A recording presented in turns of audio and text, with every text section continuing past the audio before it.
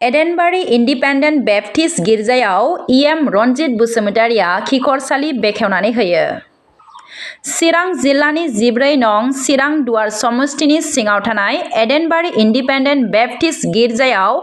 EM Ranjit बसुमतारिया खिखरसालि बेखेवनानै होयो। जोबोद गोनांथि गोनां गंसे गिदिर खिखरसालि मोननो हानानै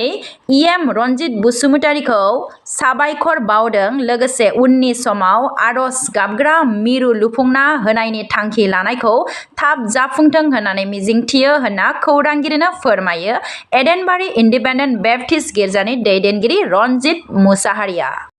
जोङो गोजोननाय मोनदों कमिउनिटि टयलेट बे 24-25 नि गेजेराव जोंनि जे बिराद इम्परटेन्टमोन जेनेबा जोंहा बे स्पेशेलि मिशन कनफाउन्डबाबो जोङो बे चार्चआव जोंनि एडेनबारि इन्डिपेन्डेन्ट बाप्टिस्ट चार्चआव बेखौ पिनारडि डिपार्टमेन्टनिफ्राय हरनाय जादों आरो इएम सार जोंनि लकेल इएमआ बहुत सापर्ट खालामदों आरो दिनै इनिग्रेसन खालामना फैबाय जों इनभाइट खालामनाय मथे जों खोब गोजोननाय मोनदों। उननि समाव माबाफोर थांखि होबावदों नामा बेवहाय लुफुंनो थाखाय?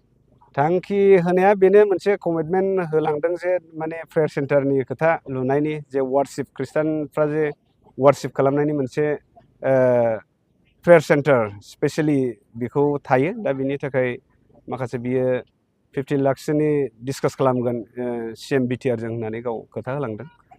बेखौ जोङो फैबाय थानायाव आसा खालामो होनायखौथ' जों एक्सेप्ट खालामगोन बेखौ 50 लाखस एप्रक्सिमेट बिदिनि खोथा होनदों दा बेसेबांसिम साक्सेसफुल जोङो फिउचाराव बेखौ नुलांगोन जोङो होयोबा निस्सय नाजावगोन फोथायनाय दङ निस्सय जागोन। फैबाय थानाय समाव माबायदि सापर्ट खालामगोन? सापर्टखौ एक्सुवेलि जोङो माखासे मा होनो जोङो बेखौ एक्जेक्टलि माखासे जोंनि जे फ्राय सापर्टआनो दंखायोआनो फ्राय बेवहाय खुनु गोनो गोथो गैया माने लिडारशिप नि माखासे बेलायाव जे जोंनि मावबाय थानाय जोङो बेयो मोनसे गोजोन थासारि फैनायाव जोङो बेखौ वेलकाम खालामो निस्सय बेयो जालांबाय थागोन आङो फोथायो आरो सापर्टआथ' बेथ' जालांबाय थागोन 100% सापर्ट बेवहाय खुनु कनफिउसन गैया बे आरो जोङो कमप्लिटलि इनडाइरेक्टलि डाइरेक्टलि माने डाइरेक्टलि जोङो उमुखखौ सापर्ट होनांगौ होननानै मोनसे मा होनो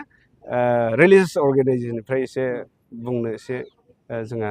प्रब्लेम जायो जोङो इसुस फैयो बेनिखायनो जों बे खोथाखौ जोंहा बुंनो एसे उसुबिदा जायो आरो।